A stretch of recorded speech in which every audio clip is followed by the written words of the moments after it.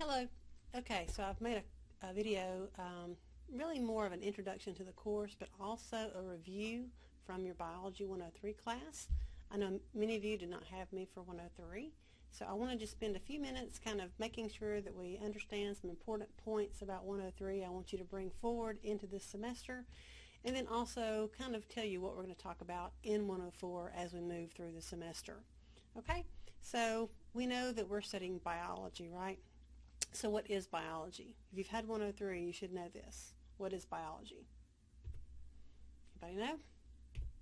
It's the study of life. Okay, so biology is the science of life. So you should know that, and I expect whenever I say biology, you know what we talk about. And we know that when we talk about science, that it's a very organized body of knowledge. And you're going to see how organized it is in 104. We're going to talk about animals and plants, and we're talking about how they're organized from the most simple plants to the most complex plants, from the simplest animals to the most complex animals. We're going to organize them by, how they look, how many legs they have, what kind of, what does their skin look like, how do they regulate their temperature. We're going to organize them in some manner. So science is very organized. And one of the things that's really fundamental about science, and we're going to assume this the rest of the semester, is that we can explain the world around us in very rational terms. Okay, we can see things, we can test what we see, and we can prove what we see. All right, so I'm kind of getting us toward what you may remember from 103 as being the scientific method. Okay, so when we look at things, we just don't assume and go, I wonder what that is, and make some random guess. We test it and we try to come up with the truth, a testable truth, to know what we're talking about.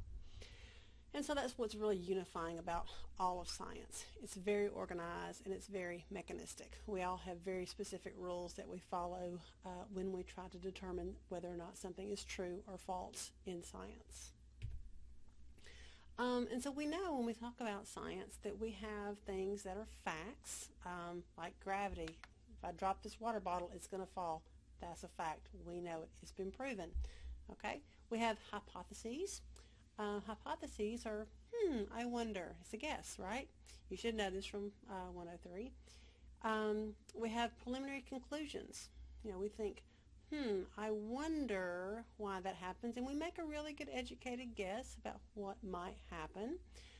We can then test those conclusions and hopefully come up with a theory. And a theory is a proven fact. Okay, we're like, okay, this is now a theory.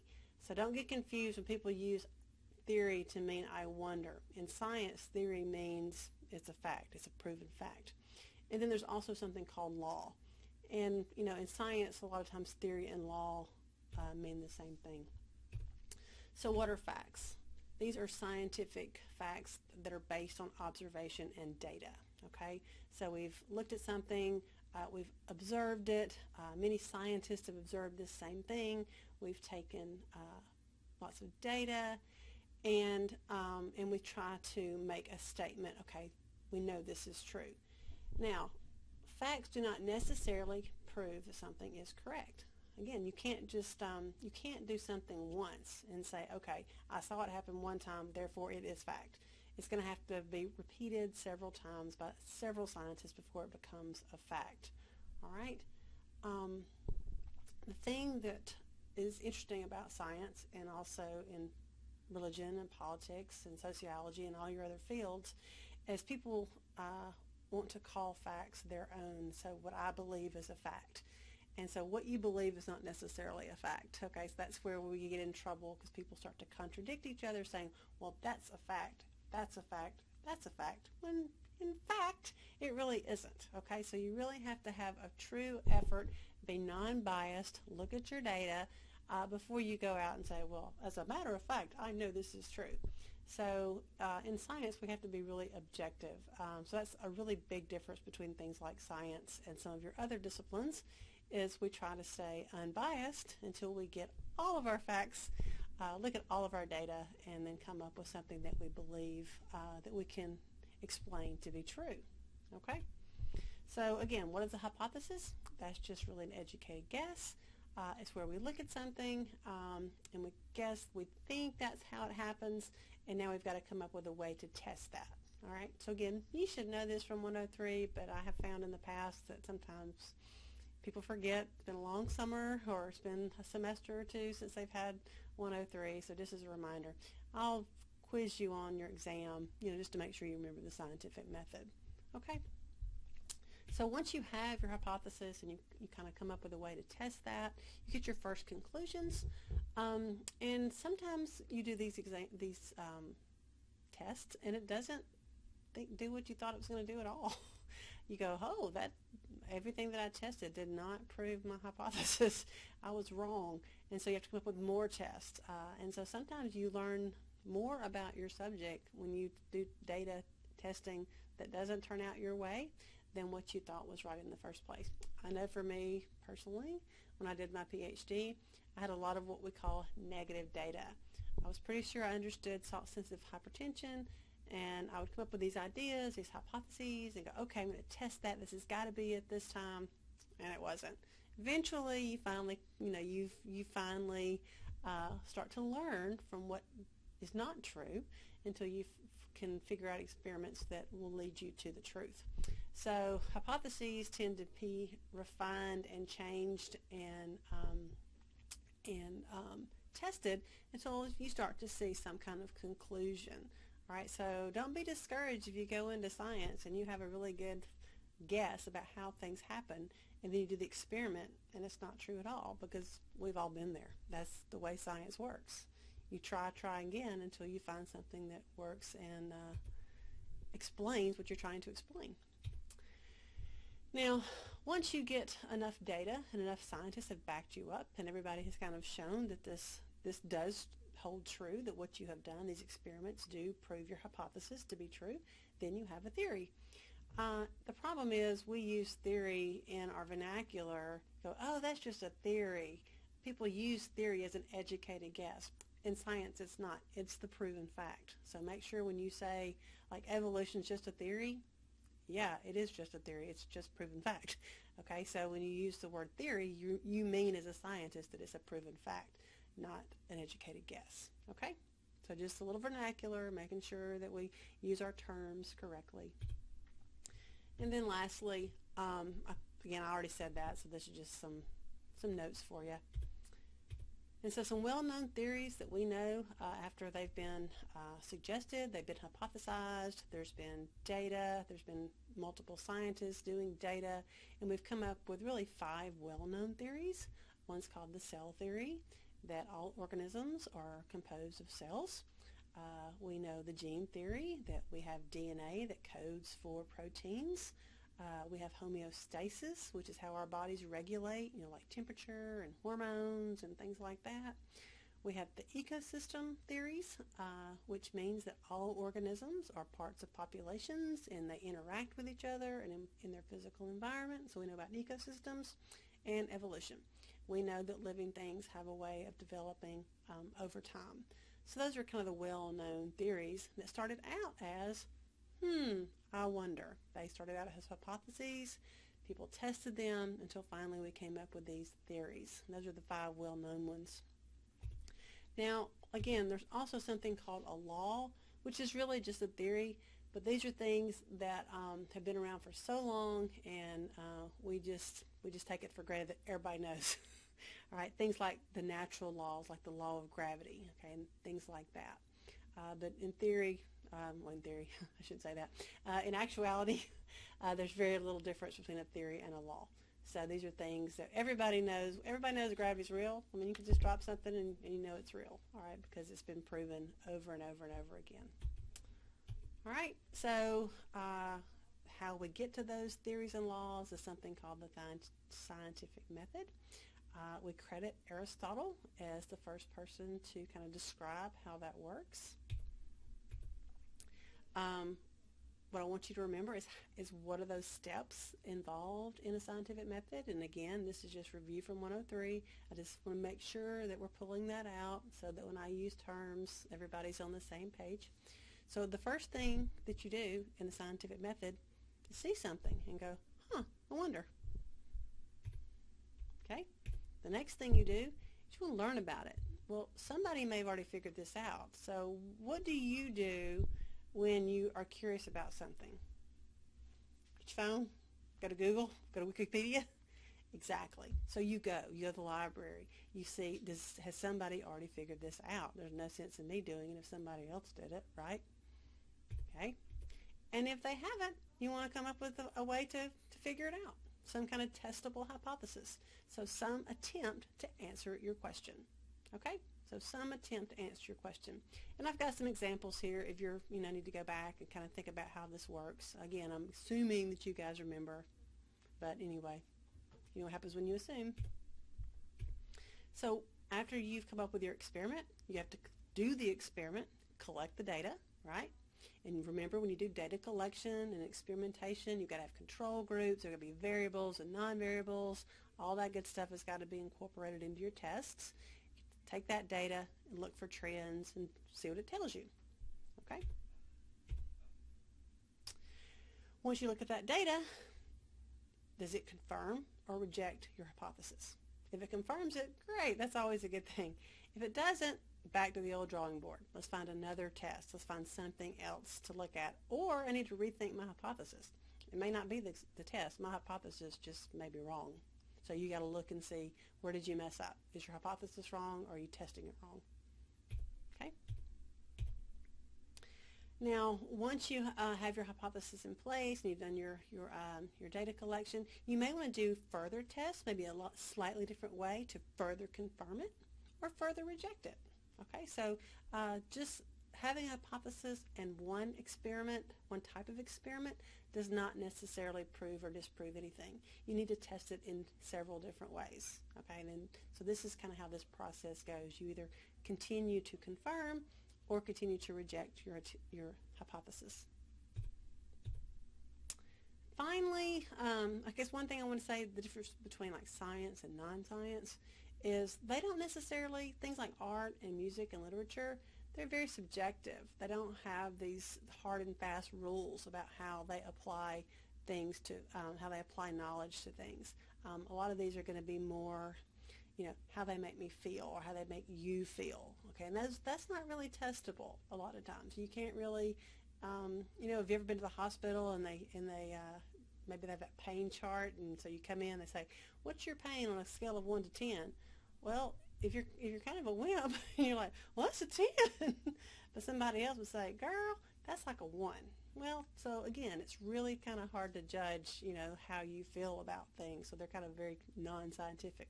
Not judging, I'm just saying you have to use different thought processes when you think about things like science versus art and music and literature. Okay, those are more emotionally driven things versus scientifically driven areas. My daughter is an artist. She sings opera, so no judging on the non-science people. All right. So what are we going to do in this course? Well, 103, you learned about cells, and you learned about photosynthesis, and you learned about DNA and protein transcription and all that kind of boring stuff. I call 104 the fun course. This is what I call the biology. We're going to get into the cool stuff. Okay?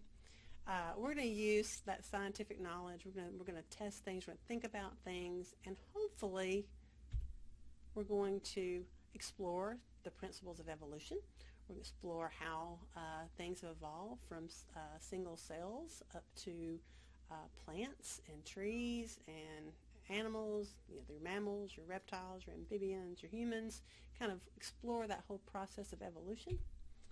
We're going to learn our taxonomy, and taxonomy is really the naming of things. So you may remember things like kingdoms and phylum and a genus and a species.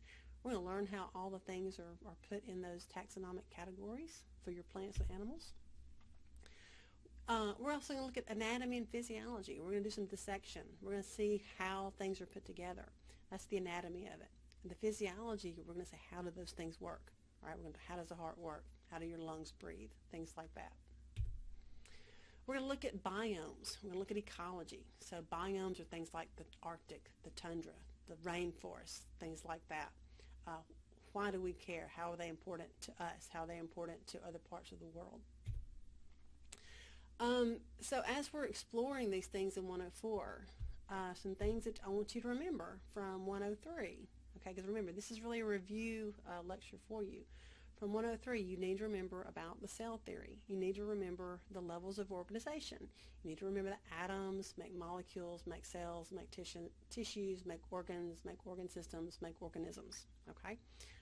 We'll cover this several times throughout the semester as we move through, but again, this should be basic knowledge that you should be able to recall fairly easily. Okay? You also want to think, if you want to have kind of a schematic of what that would look like, I've done this for you, so if you don't know what I mean when I say atom and molecule, so an atom would be something like oxygen. So starting from the bottom, you put oxygens and carbons together, you get a gas called methane. You put a lot of molecules together and you get things like cells. You put a lot of cells together, you get tissues, like nervous tissue or epithelial tissue.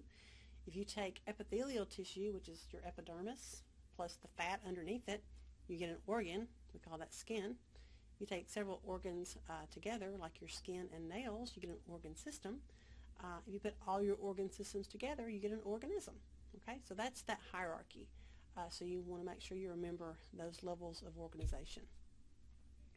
We also want to remember from 103, you learned about DNA, and so we know that DNA is where our genes are.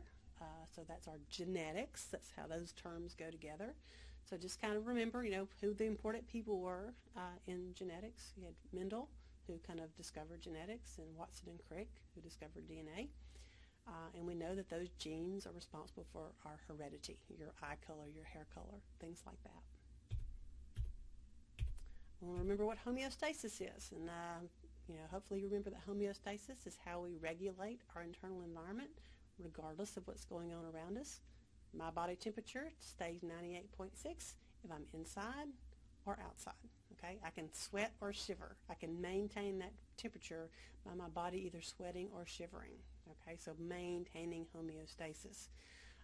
We know that our bodies respond to stimuli. If I walk outside and it's really cold, I start to shiver. If I walk outside and it's really hot, I start to,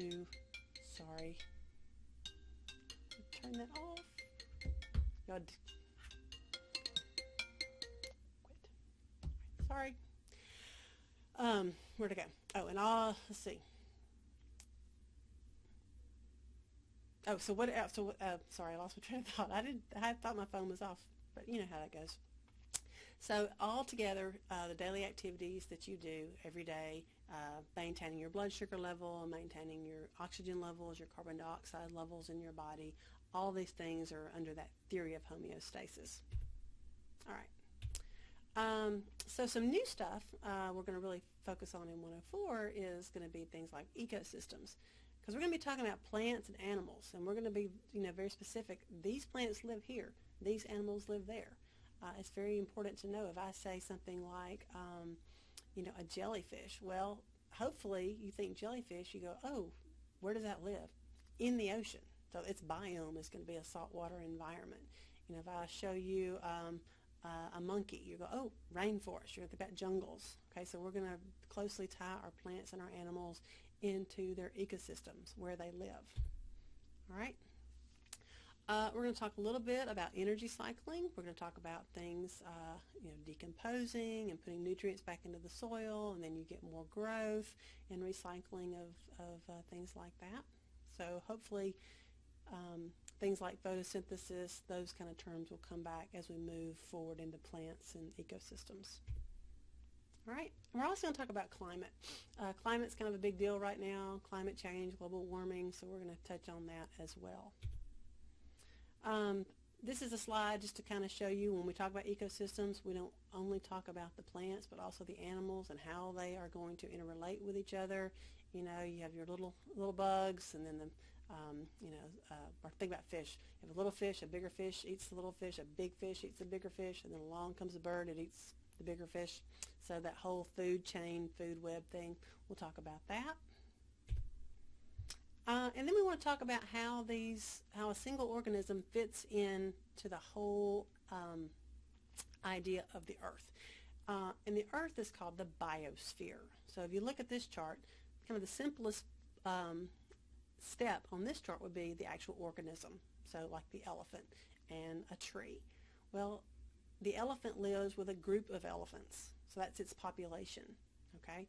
So a population of elephants. But if you look out in the savanna of Africa, you'll see elephants, you'll see giraffes, you'll see zebras.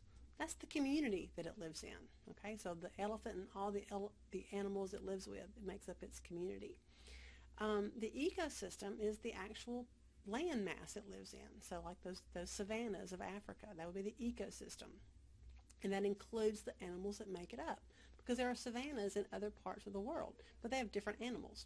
So the ecosystem is the land and those communities, those particular animals that make up that area. You take all these ecosystems, you take the jungles, the forests, the savannas, the deltas, the deserts, that makes the Earth or the biosphere. So we're going to do a lot of organization in this class. All right. I like it because I also teach anatomy, which is very organized. So this is one of those structure classes. We're going to really look at things from their simplest to their most complex. And we'll do that over and over and over again. The last thing that we'll talk about, again, will be evolution, and we're going to talk about how animals and plants can share characteristics, and we'll say, okay, these two are closely related because they share this characteristic. These are more closely related because they share these characteristics. And we're going to talk about how that happens. We're going to talk about common ancestors. We're going to talk about natural selection, survival of the fittest, those kind of things. So hopefully, by the end of this semester, we'll have used the scientific method. We'll have talked about all of our major theories. We'll have tied that to the importance of life and how life requires all of these theories. And hopefully have a really good time. So again, this is just a lecture to kind of introduce you to the class and to remind you of some really important topics from 103. So if you've forgotten those, go back and look. All that should be found probably the first chapter of your textbook. So take a look at that and be ready to go the next time I see you. Thanks a lot.